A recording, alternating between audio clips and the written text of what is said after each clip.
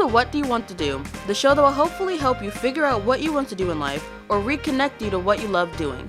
Each show has a guest who is doing what they want to do, whether it's in their career or in addition to their regular job. Most importantly, we want to help you realize that no matter your age, you too can do what you want to do if you have the will to do it. Now here's your host, Leonard Kaplan. Hey out there, welcome to part 2 of What Do You Want to Do? My special interview with Phil Weinstein, a man of many talents and interests and a true artist in all respects. Let's go to part 2 where our conversation runs the gamut. In 2020, I was lucky enough, or 2019 leading into 2020, I was lucky enough to do the first acting I had done in 10 years.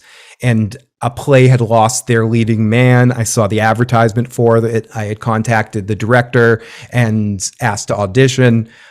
I started out by saying, "Oh, what is the time commitment for this? I'm just curious." He sent me the time commitment and I said, "I can't do it." And then the next day I wrote him again. I go, "Just curious, did you find anybody?" And he goes, "Why don't you meet me since you obviously want to do this?" And then I met him. He said I was perfect for the part. And then I ended up getting cast, and I had to put everything else I was doing on hold just to do that, because I feel like something like acting is something I really enjoy doing, especially theater. I haven't been lucky enough to do too much on film or camera work, but just because I'm not in those right circles. And anyone knows anyone, you can call me. But theater has been always my thing, and I've been lucky enough to be in some really funny, wordy stage show productions, but I don't audition well. I get nervous about auditions. And I also worry about that very thing that you're saying, that when I'm doing that, I have to just worry about that. It's hard for me to focus on doing the best at my online stuff or more music. I would say for good or for bad, especially for you having to have me as a guest on your show, for good or for bad, you put me in a situation, I'm even having to hold back how much I want to talk right now. This is because I'm like, I gotta let Leonard talk as well. I gotta let Len talk too. Because if I was going full me, this is me, blah, blah, blah. This is how I can host a podcast by myself for 2 hours and not ever stop. This element of it, it's more, just put me in, coach. I could do this any place, anytime, anywhere, but I find with the acting and the music, I'm either having to do one or the other. I need to either focus on being in a band and practicing and getting as tight as possible, or when you're in the production of a film or a play, it's all encompassing. It's your whole life in those moments. And that's what's beautiful about it. And you've done it. You've done live television. Yeah. You know that feeling. It's a similar feeling. And that's what I love about live. I don't even know if you do this anymore, but live switching, like when you're sitting there live and you have to switch cameras and direct the person on the mic and go, "No, camera 2, get over here, camera 2. Like I used to love doing that just because of the excitement of the live situation. It's very interesting. Cable TV, you had to do all that stuff when you didn't have a crew. You were a one-man show or a one-person show. So tell the viewers and listeners more about your position working with the little kids, because that to me sounds like you're doing the best of both worlds. You're teaching, you're performing, you're interacting, and it's high energy. Tell us how you got into it, and what is the position actually called? It's called, from the business standpoint, a safari adventure guide. I was lucky enough to, honestly, it was answering a random ad. There was a Canadian company called Mystic Drums, and they were presenting it through Canada. They do it in a lot of, different languages too. They do it in French as well through Canada. And they had spread down to Mexico and added someone that does it in Spanish down in Mexico. And he was looking for people in the United States, and he was looking for someone in Boston, Chicago, New York, and Philadelphia area. And he put out job postings. And at the same time that I was getting out of real estate, I answered a job posting about it. And it was a process. I had to fly up had to do some online auditions, which most of the people that do this position are musical based and entertainers. They're Mhm. professional drummers, professional guitar players, saxophone players, professional teachers and stuff. Because this is a side gig, you know. It's not always Mhm. it's not always for money. It's not always for everything. It's in some ways for more the giving back aspect of it, Yeah. and it has its ups and downs. But how I got involved with it was all those auditions. Then I had to go up to Canada for a 1 week training session where you stayed at a summer camp, an overnight summer camp, and they encouraged kids to do some of the worst things to you while you were performing and having to like throw water balloons, say mean stuff. And it was like trial by fire. Like you just got put in there in front of armies of kids marching in there and having to do it. And the three of us went through it. And then we came back and basically I hit the ground running on it, and it's basically a 45-minute comedic educational show where you take a frog named Larry that's lost through different countries to find his father. And when you finally find his father, and when you make each stop, you say you stop in Brazil and you play some bongos, or you stop in the Caribbean and you play a steel drum, and you teach a little bit about a small bit of culture, a small bit of environmentalism, and then you teach about the musical instrument, then you do a little demonstration, make a silly joke, move on. It's set up in a way to encourage kids to hear a little bit about music, hear a little bit about comedy, a little bit about education, and tickle that to enough to have them explore it later. The ideal ages are anywhere from 4 until, and I've done it from kids as young as 2 at times too, up Wow. until around 10. It starts to get a little hinky at age 12 to 13 because it's a little silly. But then I've also done the show for adults with a few more colorful metaphors, or done it at companies that want some sort of bonding exercise, because there's a different aspect of it which becomes a little bit more educational, where I pass out instruments to the kids in the group, and I basically educate them and try to guide them through a drum circle. Like, this is how you hit the bongo drum. This is how you do this, which I did a similar position at a different company that doesn't exist anymore called Creative Tunes, which is Playful Tunes, which was similar, but more of like you bring instruments into the classroom and you have kids play them, and you try to teach them about. Mystic Drums is more education is how he calls it. And because when you're doing it too, you want the kids to feel like they're watching something bad, and not bad as in like bad, but like when you say I'm a cow, I say moo, I say grace in the barbecue, like ha ha ha, whoosh. Or there's a part where oh, I'm a sick froggy, blah, little things like that. So the kids that are watching it, almost it's like going choo-choo train with the medicine, and so they're not realizing that they're learning while they're doing it. So it's that almost old school Sesame Street style of teaching, where you're teaching with humor and you're teaching with excessive craziness. But I would say it's more entertainment than education. I'm a good entertainer. I'm a good children's entertainer. I'm not the best teacher in the sense of dealing with the struggles that come with someone that doesn't like me. Oh, yeah, that's a tough one. Yeah, in not being a kid in reaction back to that. Yeah, that's where I'm just like, hi, like I don't know how to handle that. I've tried substitute teaching here and there in real school environments, and I'm more someone that gets walked over in dynamics like that because I'm very thank you. Like I get awkward and shy in those moments. And with kids in that dynamic, I get to be as similar to the most real version of myself that I am, and I'm just their big goofy buddy. This is my second Mr. Rogers symbol reference of the night, but similar to that. Like, hey everybody, I'm your friend. Like let's party. I feel like I need a PBS show. Really, is the perfect dynamic for who I am as a person. Like when Robin Williams at the end of Mrs. Doubtfire is looking for that perfect job. I feel like there's a perfect Mrs. Doubtfire character in my future to play on a I can see that. PBS show. I definitely could see that.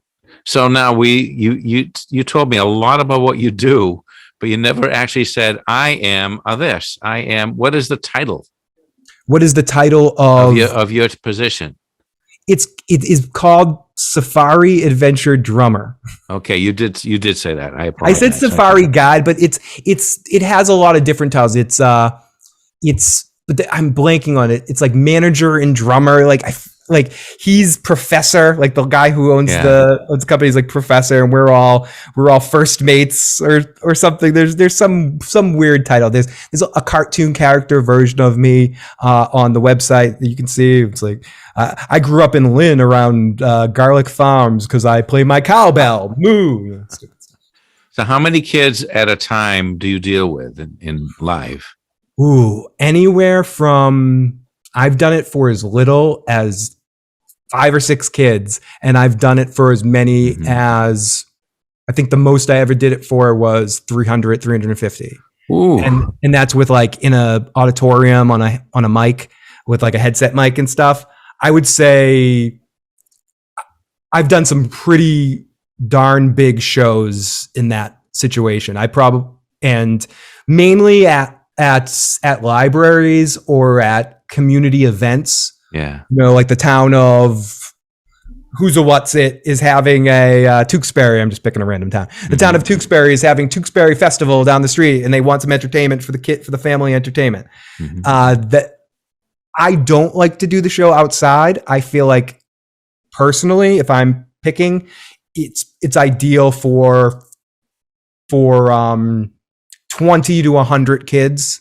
Every kid should be able to see it and get a good view, and it should be quiet enough that they can hear all the subtle jokes. Because a lot of times it will get to a point where I keep quoting television shows, but it's like if Andy Kaufman's up there trying to do a million jokes and then everyone's just going, oh, just do Lucca. Eventually the kids just want me to go, and if they can't listen, there's at shows, especially because I've also done birthday parties. Birthday parties are a different dynamic altogether. At birthday parties, you're not trying to educate. If the kids aren't listening, your job is to be just the distraction for the parents, so they can have their party while I'm entertaining the kids. So there's different challenges in it. I haven't done it as much in the last few years, obviously, and I also, when I had the aforementioned health problems, I had to stop doing it for a couple of years, which took me away from that for a bit, which led me into working more with animals, to be honest with you. Now let's go into that, because that really interests me, because someday I might want to work with animals. It's exciting. I mean, I started out, I was always someone that loved animals growing up more than the average person. I'll go to someone's house and talk to their dog and their cat before that, but it never really occurred to me to want to work with animals. But I also, somewhere along the way, really started to love walking. So I thought a good, easy way and what's funny is at the time I was looking to get back into working after going through some health stuff, and I had just made 2 decisions, because I was either going to start being an assistant at a kindercare. I had an offer to do that, or start working with dogs. And I chose working with dogs because it's easier cleanup. No, and I was hired by a local dog walking company in the area, and I worked with, and I just started getting into the almost walking 8 to 10 miles a day, 5 days a week. Wow. And I was really enjoying that and going through that. Like, awesome. It was I did it for about 2.5 years. And then obviously the dynamic of the world shifted a little bit, and people were getting their dogs walk less, and the organization at the company I was working at changed. And he started to do a lot more play groups, which is 7 or 8 dogs, or even more so at times, in a backyard, and you're sitting there watching the dogs and having to break up disagreements with the dogs and stuff. And as much as some people love that, I found that infuriating. I could Yeah. not. I don't like just standing around like that. Everyone has their different versions of meditation or comfort or to get to your Sure. happy place. My happy place is walking.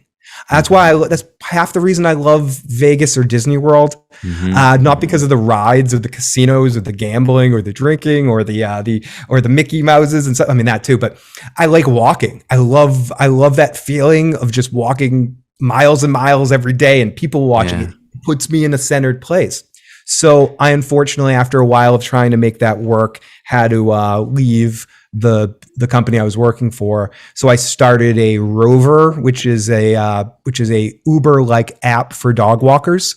And I've been doing that the last about year or so, and it's all right. I've met some really nice people, been lucky to connect with some really amazing dogs that I hope to work with those dogs' whole life. But I still miss the repetition because I'm not getting in the walking reps. Yeah.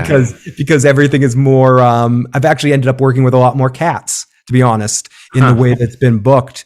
Doing cat sitting, occasional dogs, but more of the work that I've gotten from the Rover app is doing cat sitting or going in to feed cats and take care of cats when people are away. So whatever, but I do miss the walking to a certain extent. And for purposes I don't need to get into, I share custody of my dog. So I only have my dog half the time. So it's difficult to even get into a walking repetition with my own dog right now. So I am kind of probably going to start doing more, trying to look for a more concrete thing to do, even just 3 days a week to just get some of my exercise in. Because I like exercising. I like exercising when I'm doing something actually to do. Whether it be play a sport or physically have to walk a dog or do something. I'm not good at saying like go to the gym or I'm going to go do a bunch of jumping jacks or something like that. Like I'll play a game of basketball or I'll take my dog for a 10-mile walk, a 3-mile walk or something. 10-mile walk. That's dog abuse, Phil. Get this guy out of here. So this is really interesting. So you have told us here about working with animals, working with kids, working with music, and working with your podcast. And nowhere in what you've told me here have you mentioned, I got this job because it would pay me the most money. That's like never seems to be a thought for you, which is very, very interesting to me. I wish it was more of a thought for me at times. There's times where I've been in situations where I feel like the synergy of that is not the best. I'm not the best example of the perfect synergy of that. I'm the opposite example of somebody that probably should worry about that a little bit more in the sense of being able to find ways of monetizing the talents of which you have. I think that is a great skill to adopt. And if you're growing and you have amazing skills and amazing talents and artistic things that you feel like really push you and drive you that you have to do, the best thing you can do is either have a best friend or a friend of your family that can work as that financial business advisor to you and really kind of keep you out of that, or allow yourself to find ways to try to think about monetizing it. And it's not so much, because I agree with what you said. I'm a round peg in a square hole world in some ways. I can't think about things like that way for good or for my good or for my bad. It hurts me in some situations to not think about it that way.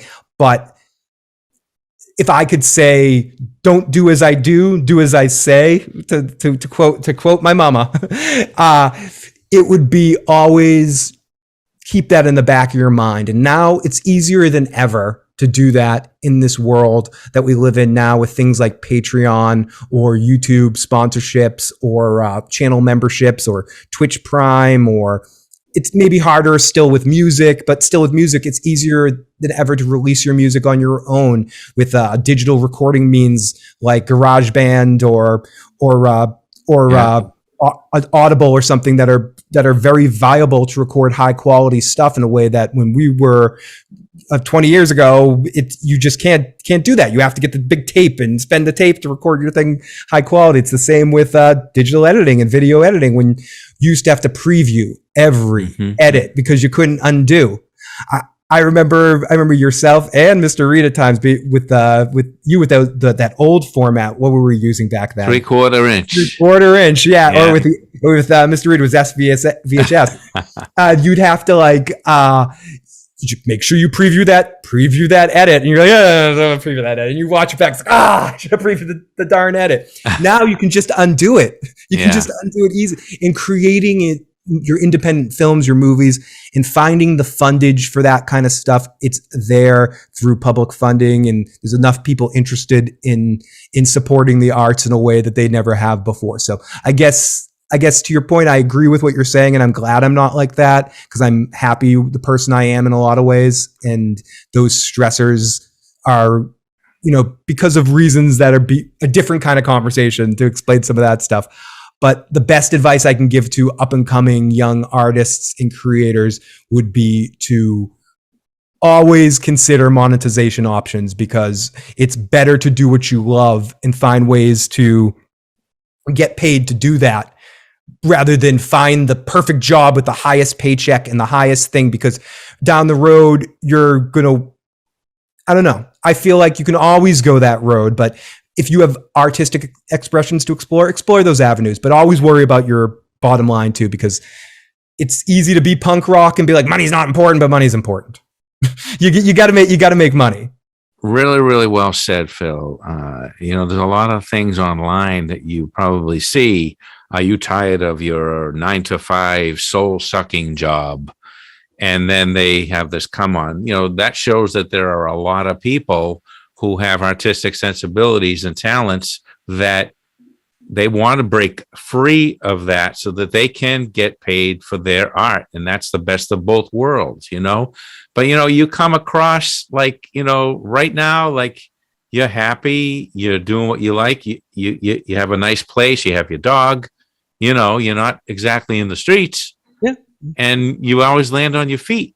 So, I would say don't beat yourself up so much if you do that, and, maybe lean a little bit toward it a little bit just for your old age, because there might come a time when you can't walk 10 miles anymore. It's true. And always be kind to the people that love you, because it's helpful to have people on your side that without the kindness of others, I'd be nowhere, so it is myself landing on my feet and finding my paths without going too far down those roads. When you see a lot in your life and you go through a lot of ups and downs, it's not any better or worse than anybody else's. You just get a very unique perspective, and you realize the shortness and as this fell down, you realize that was the internet falling apart. No, it's just my audio falling apart. But if someone's being like, shut up, Phil, you're done. No, but I really do appreciate that it comes through in that way. But that comes from going through stuff, and when you go up against it, you realize that there's the best way to handle oppressive forces is with a smile and find the simple joys. I've done a good job not saying anything off, anything blue here, but I will say that I often sing a song to myself in the tune of the Monty Python, Find joy in all the bleepy things in life. Like you have to find joy in the SC things in life, in the poopy things in life. You have to, because life is going to be ups and downs. You are going to go down into those darkest depths. You are going to face some tough stuff. It's just the way things are. Some of us face more than others, but it's just as relevant. Someone that doesn't face anything and then they face one thing, that could be way more destructive than someone that faces constant crap their whole life. But whichever dynamic you're in, the best emotional, and maybe I should write a self-help book type stuff with this song, is find joy in all those poopy things in life, because everything has joy if you look for it even the darkest times. Even gallows humor has its place. When you're around other people that are in support of you and you're going through tough times, gallows humor can be very relieving of some of the real tensions in life. You see it a lot with comedians right now dealing with the death of their friends. Comedians deal with that stuff all the time. You saw it with Norm and Bob Saget in the last year, of how people like someone like Gilbert Gottfried or even Conan O'Brien or other big comedians would deal with people that they know that are a little blue passing, and finding that gallows humor helps sometimes too. So, okay, before we go, and this has been a nice long, I love these interviews that we get into a lot of depth. That's what this show is all about, not rushing in according to a schedule and things like that. But now I'm going to preface this by telling you, you know me as a media guy, and you know me from the wrestling talk show. Now I stopped doing my wrestling talk show. Guess why? Can you guess why? Why? Not sure. But first, I do want to say, I remember even more specifically where I started working with you and got to know you so well. During Wrestling Talk, when I wasn't part of the cable club, some of those older kids that I was friends with, people that were friends with Julia, the people I knew through public speaking club I was in, brought me in to run camera for Wrestling Talk. Well, that's where I initially met you. And no, I don't. Why did you? Because of I don't know. Why did you stop doing wrestling? Wrestling's huge now. Because WWE was dying and there was no AEW at the time. And we just found ourselves bashing it every week, and we didn't want to do that anymore. Honestly, I don't blame you. I don't watch it as much right now, but I do subscribe to a couple of good YouTube channels that talk about wrestling and go into some details. One that I've been watching, Wrestling Bios, that goes into these like detailed descriptions of different events, and he's reliving the War series of the WCW versus WWF series, which I consider is a very good time in wrestling. But I feel like right now they don't have the characters. They're worrying so much about some of the technical aspects that they've ruined a lot of the emotional heart of it. Used to be just about creating characters. I mean, you think about that era that really took wrestling from the age of the Bruno Sammartinos, which was a huge, and Gorgeous George era, which was huge, but different regionally type stuff. It was people like Hogan and Savage and Piper and these huge, and Snuka and Hillbilly Jim and the Iron Sheik. If you follow Iron Sheik on Twitter, if you're not, he's hilarious. But all those kind of huge personalities, Bobby the Brain Heenan, Jesse Ventura,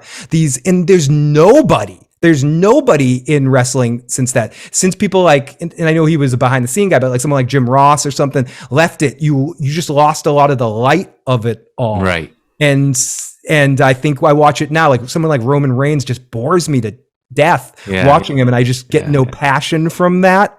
But anyways, sorry to go into wrestling. He's better now. But anyway, the reason I mention that is because I may come across as negative about certain things. Now, television, for example, I'm a media guy, as I started to say, and I don't watch television. There's only one show that I watch, and that's Reservation Dogs. Have you ever seen that? I've seen it advertised. I haven't checked it out yet.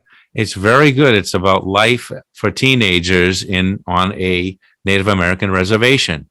Check it out. I was going to ask you to do a little analysis for it if you had seen it, just as a sample of your show. No, I will check. I will check it out at some point. Now, do you not watch streaming television series as well, or just weekly television? I'm going to tell you what I watch. I watch the favorites. I love Westerns from when I was a kid. I watch Gunsmoke. I watch Dark Shadows, the original. I watch Green Acres. That to me is entertainment, but I don't binge watch. I don't do it for hours and hours. I do it as a little reward to myself. I spend most of my time writing when I'm not working, and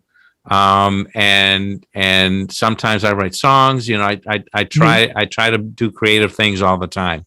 And similarly to you, I have not put it together yet, but I agonize more about it than you do. You did no. I'm just a better actor right now when I'm saying it. I know, trust me. I agonize about it and overanalyze it and overanalyze what I do, every decision, and I'm just not letting that through right now. I'm trying to come off a little bit more easygoing, but I have the same neurotic nature. Don't let me fool you, Len. And that was part 2 of my interview with Phil Weinstein. We're still going. There's a part 3 coming up. Tune in again next week and see that. And until then, what do you want to do?